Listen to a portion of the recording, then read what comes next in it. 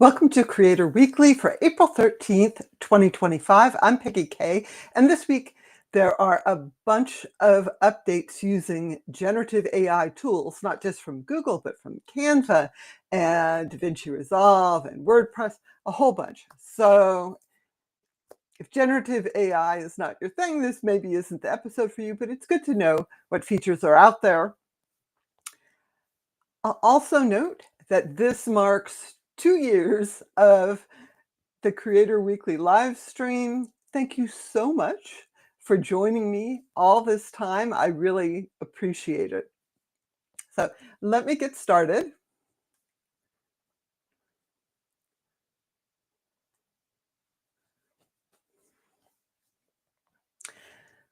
This week, YouTube announced an update to the Creator Music Beta. Just to note that Creator Music Beta is currently only available in the US to channels that are in the YouTube Partner Program. So you may not see this option in your account, but if you use the Creator Music Beta, they are rolling out the option to use the Music Assistant AI music generator. And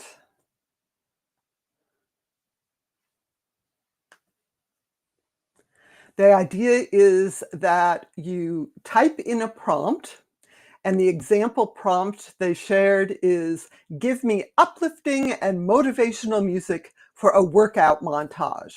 And it uses Dream Track to generate tracks you can use with your videos. This is more like the audio library where you download the music and then you can use them in your video editor of choice. And they should not have any copyright issues because it's a new generated track. This is a bit different than the use of Dream Track in the Shorts editor. That lets you type in a prompt and select a genre like pop or country, but those you can't download. Those are part of the short that you're creating. So this should be interesting to try. I am not good at describing what I want musically, but maybe this will help. Again, these are instrumentals. So the other thing I wanted to mention from YouTube is that there is an experiment in the Shorts editor that lets you pick a song, and then the Shorts editor automatically syncs your clips to the music. So, if you have a bunch of video clips you want to include, it kind of lines them all up nicely with the beat, presumably. Again, give this a try if it's available in the Shorts editor for you. And then the other update I wanted to mention is that YouTube is expanding location auto tagging of locations in travel and restaurant related shorts. So the idea is that you talk about a restaurant in the shorts and it automatically tags the location. That makes it easier for people to find because the location is in a sort of overlay on top of the short. When the people are in the shorts feed, they can tap that to find more videos taken at the same location. The location is based on the title and description of the video. YouTube isn't doing anything fancy to try and figure out where the video was recorded. You have to disclose that. And then you can go into the settings details in YouTube Studio, at least on desktop, and turn off auto tagging of locations. Or you can edit the location of a particular video. You can add a location to your shorts or other videos if you want as well.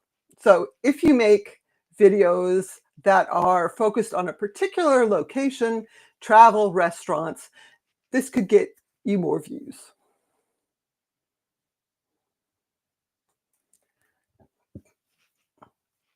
One thing that YouTube made sort of a big deal about this week is support for the No Fakes Act. This is going through Congress in the US. It's bipartisan. That means both Democrats and Republicans support this. And the idea is that it's supposed to give you some control over use of your digital likeness. Really, clearly what they have in mind are AI-generated deepfakes, but it's not limited to AI. It could be created some other way as well. It's meant for realistic depictions where people would see the content, the video, and think that this digital likeness might actually be you. So it kind of works like the DMCA for copyright takedowns. You can license your image and you can submit a takedown notice. And I think there's also built-in provisions for sort of fair use, education, news, that sort of thing.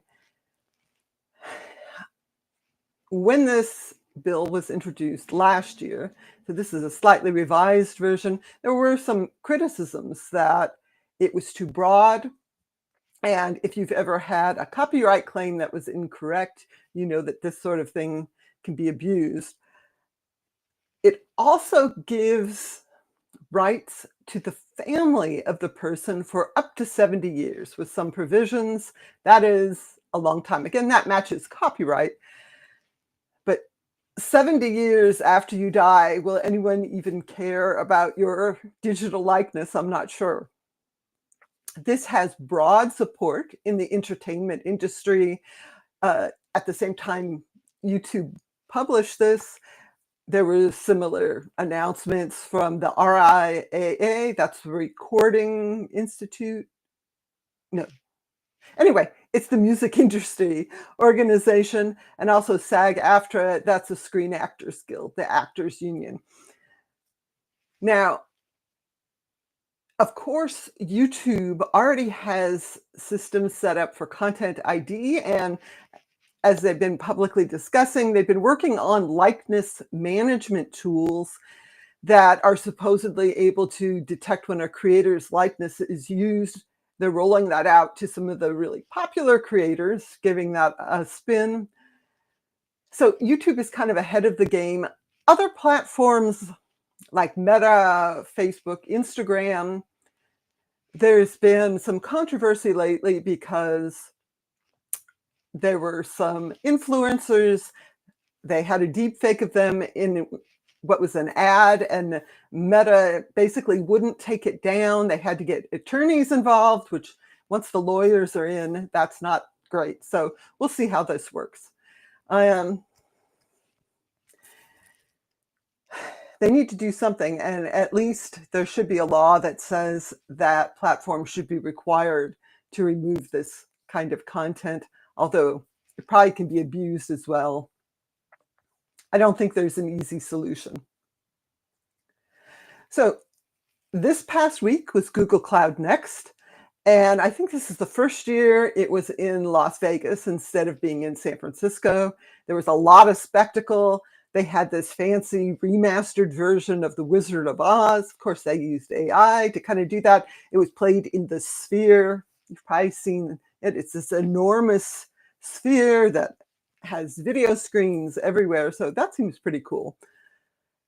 Lots of spectacle, and there were a lot of updates, but I want to focus specifically on updates to Google's AI media models.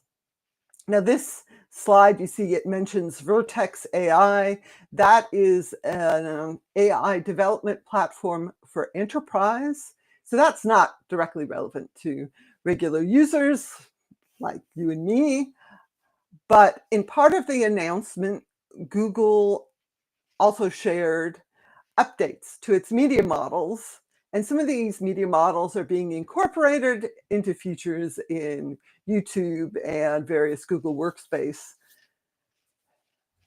like Google Docs, Google Vids, that sort of thing. And as a note, you can try some of these yourself in Google Labs. I have a link in the video description on how to access that. You may need to join a waiting list. and it may be limited by country as well. But if you want to check out some of these cool image, video, music generation tools, you can play with it. So just to mention quickly, Lyria is Google's text-to-music model. There weren't really updates on that, except that it's now part of Vertex AI. Chirp 3 is an audio generation and understanding model. It's used for transcription and text-to-speech. It has a bunch of preset voices. The update is that there is a new way to create a custom voice with just 10 seconds of audio input. So this sounds like you could clone your own voice this way. It'll be interesting to see if this makes its way into any Google products. And then Imagen 3 or Imagen 3 is a text-to-image model, and they've improved its ability to remove objects from images. But what I really want to talk about in detail are updates to its video model, VO2. And just want to say hello to Bridget. Thank you for joining us today. If you've used any of these AI models, I'd love to hear what you think. Are they good? Are they missing any features that you would want? So I will also mention that as I present these, the slides here are static. There isn't an easy way, the way I do these presentations, to show videos. And yeah, it's really missing out on the look. So I recommend that you watch the teaser short I did that has some video, or follow the links to more information. In the original announcement, it has video samples of what's happening. You can get the links to this week's newsletter and blog post in the video description and see all of the things there. So what is happening with VO2? The first thing that Google announced is in-painting, and this lets you remove objects in the video. In the example, they show the actors wearing a harness, and they use VO2 to remove the harness so that in the video you don't see it. Of course, this is more complicated than removing objects in still images, because the actor's moving around, the shape of the object to be removed can change. And they say, this doesn't require any manual retouching. It does it automatically. And so you can remove any objects, background objects, logos, whatever. Oh, hello, Braylon. I see you here. Thank you for joining us today. And in addition to in-painting, there is out-painting. So that takes your video that's in landscape, and then it can expand it. So you can have a vertical video, and it's generating that landscape.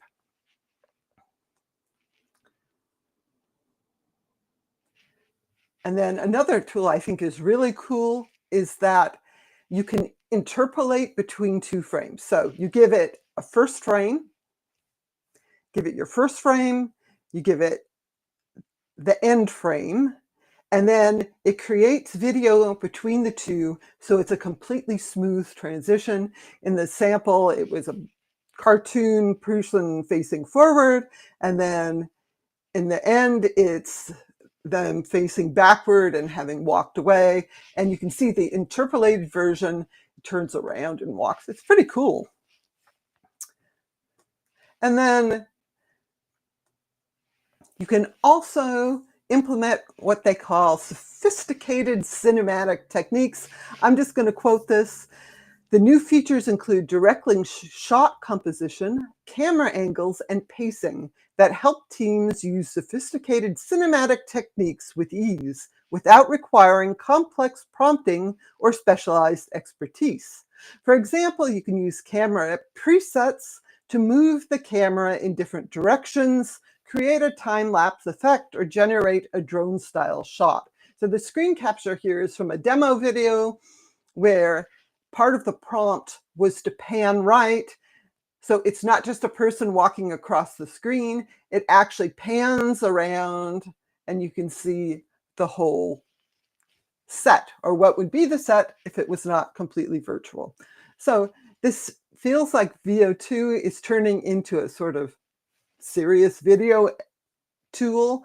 I think it's really interesting. Again, they use the VO2 model for YouTube Dream Screen, which lets you generate very short video clips in the Shorts editor. So you can play with it there. And also at Google Cloud Next, they announced a bunch of Google Workspace updates.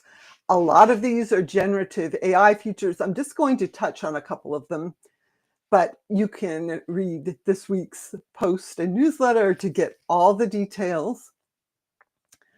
The first update is the introduction of VO2, which we've just been talking about, into Google Vids. It's going to let you generate short video clips, which you could use instead of stock video, the idea being that you can generate exactly what you want.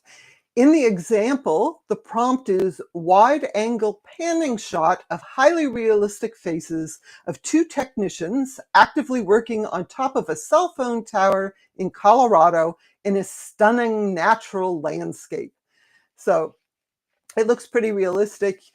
If you're using Google Vids, which is really aimed towards businesses, it's integrated with Google Drive, but you could do it to make training videos and that sort of thing, and presumably generate very specific video clips as stock footage. The other update that I think is pretty cool is that Google Docs is getting the option to generate audio versions of your documents and the podcast-like audio overviews, like what you see in Notebook LM. So this is kind of a neat feature. It seems like it could be really useful. I don't know any details about the audio versions, whether you could download them or share them or whatever. Let me just take a moment to turn off the slides. Okay, so there were also announcements for Google Sheets, Google Chat, Google Meet, a bunch of other things. So if you're interested, read the newsletter. And a couple of questions: when will these features be available? Probably within the next few months. They didn't give an exact time. Who will have access to these features? Google Workspace for Business and Enterprise will certainly eventually have access to these. If you have a personal Google account, you may need Google One AI Premium. That's a paid subscription. Or use Google Workspace Labs. You can sign up for Google Workspace Labs to try out these AI features. I recommend doing that if you're interested. Again, there's a link in the description on how to sign up, and you may get access to these features without having to pay anything, although you may not have permanent access. So those are the updates from Google I wanted to cover. Craig says, interpolation is great to restore old movies. Yeah, I think that's part of what they were doing at Google Cloud Next when they had this sort of remastered version of The Wizard of Oz. Interpolation, of course, would be one thing they did. Also, extending scenes to fill the sphere. So it was like a demo. There's an article about how they did that exactly. All right, also this week was Canva Create. This is Canva's big conference, and they announced Visual Suite 2.0, where productivity meets creativity. So there are tons of AI features. I'll just go through them kind of quickly. Whoops.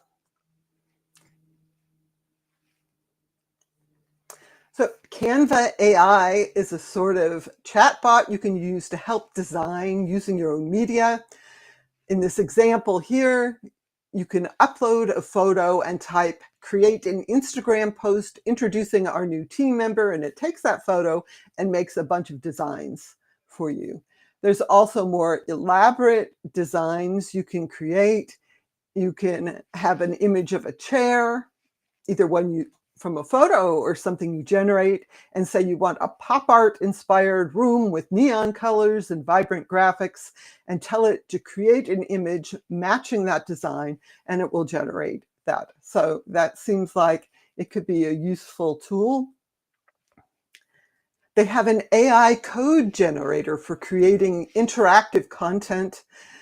For example, they have an interactive game, drag and drop to put planets in order. And you can add these to websites, docs, presentations. They have a bunch of examples of what you can use. They say you can make an interactive birthday card, and an itinerary builder, product guides, cost breakdown tools, all kinds of things. They have also updated their image editor. This is basically a new image editor. It's right in the design editor. It has smart functionality. You can select specific objects in the image to edit. So in the example, they have the women's red phone case and they make it yellow. It's really easy, just a few clicks. And there's a new background generator where you can do text to image to generate a background for your product or whatever it is. People are also excited by their new visual spreadsheet. You can integrate this with Google Analytics or HubSpot, pull the data from there, and then manage your content, create what they call magic charts that update automatically if the data updates, and do more. So you can do bulk editing and all kinds of things. Who will have access to this? Some of the features will probably be available in free accounts. For example, the Canvas sheets, at least some of the features they said will be available to everyone. Others, you probably need a paid account.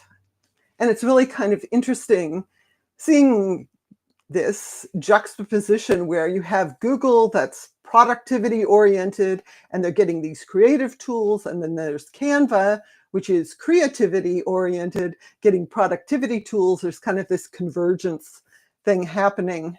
And of course, generative AI tools everywhere.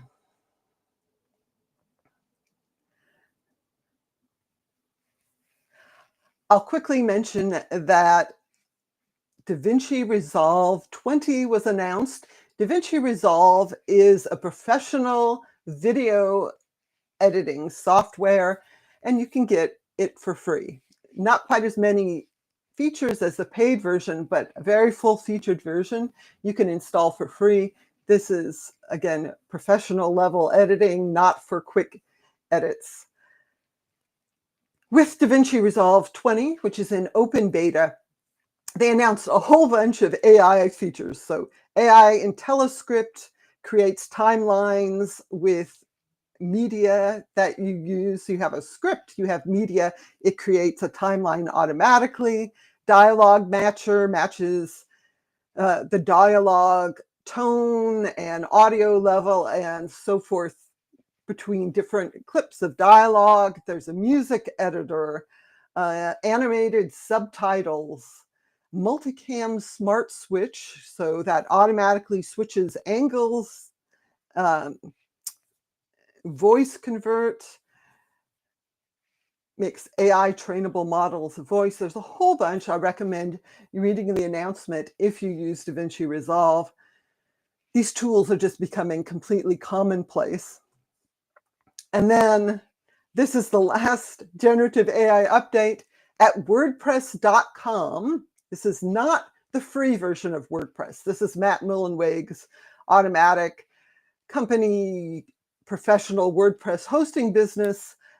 They have a new AI website builder. You just add prompts and it creates the whole website for you. With a free account, you get something like 30 prompts. So should plan out in advance what you want to do. But if you're building a website, you might want to give this a try. Just a couple of non-AI updates.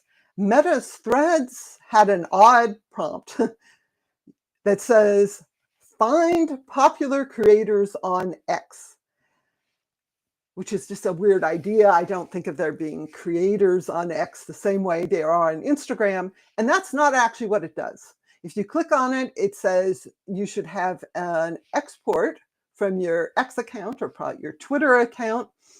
You import in your followers, your following list, the people you follow, and then it tries to match the handle with people on Threads. The whole thing is kind of odd. Why are they doing this so late in the game? It seems like this would have been appropriate like a year ago when there was a big buzz. Do they not have enough people actually actively using Threads? I don't know what that means.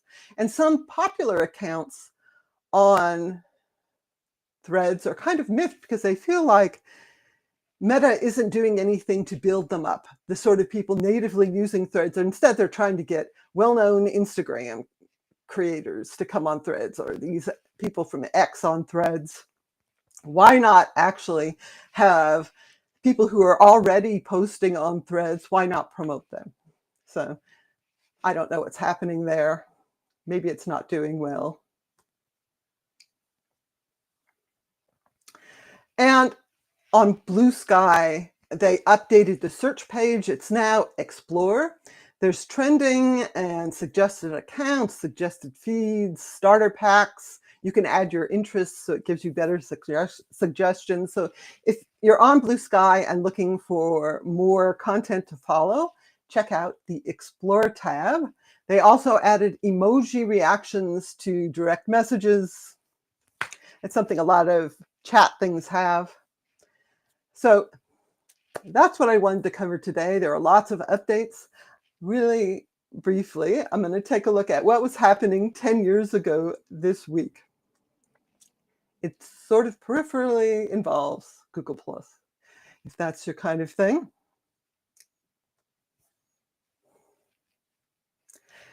"10 years ago this week, Google shut down Helpouts.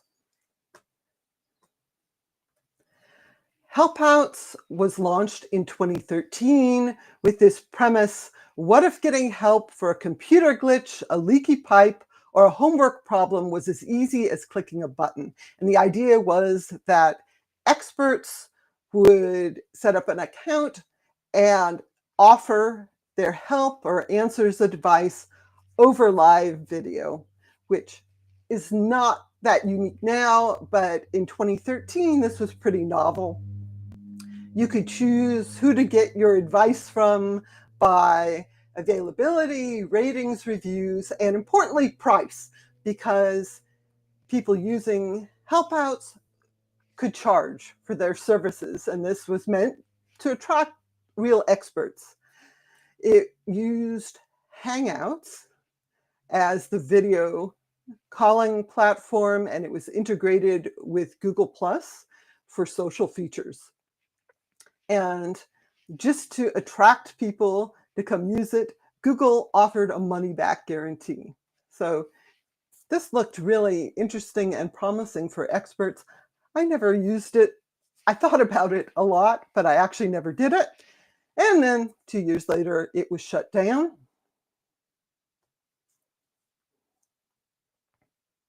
So why was Helpouts shut down?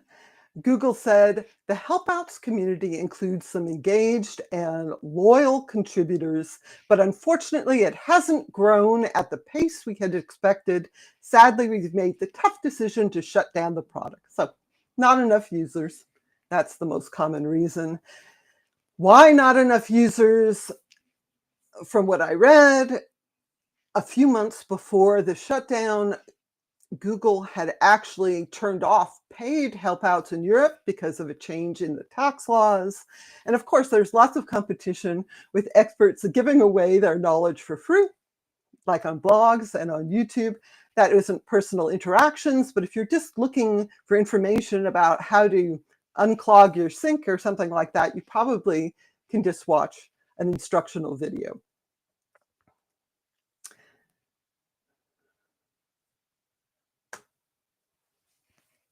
So today you can actually set this up for yourself. In Google Calendar, you can create bookable appointments.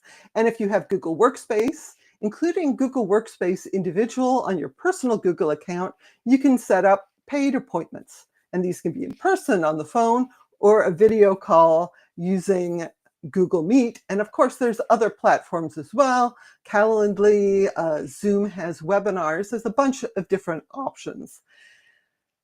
But the downside of that is that if you set it up for yourself, you have to promote yourself. And part of the appeal of Helpouts is that there was a whole directory full of experts, and people looking for assistance could go there and find you. I'm not sure there's an equivalent of that today, other than search. Search on TikTok, search on YouTube. It'd be kind of neat if there was some sort of appointment integration with YouTube where you could offer paid video meetings scheduled from your YouTube channel, either for assistance or I suppose to meet with your fans. And your content there on YouTube would help establish your expertise. But that doesn't exist. Maybe it's too complicated. So that's all the updates I have this week. Thank you so much for joining me. I hope you join me again next Sunday, which I know is Easter, but I hope you join me for a half an hour to learn what's new. Thank you so much, and I'll see you next week.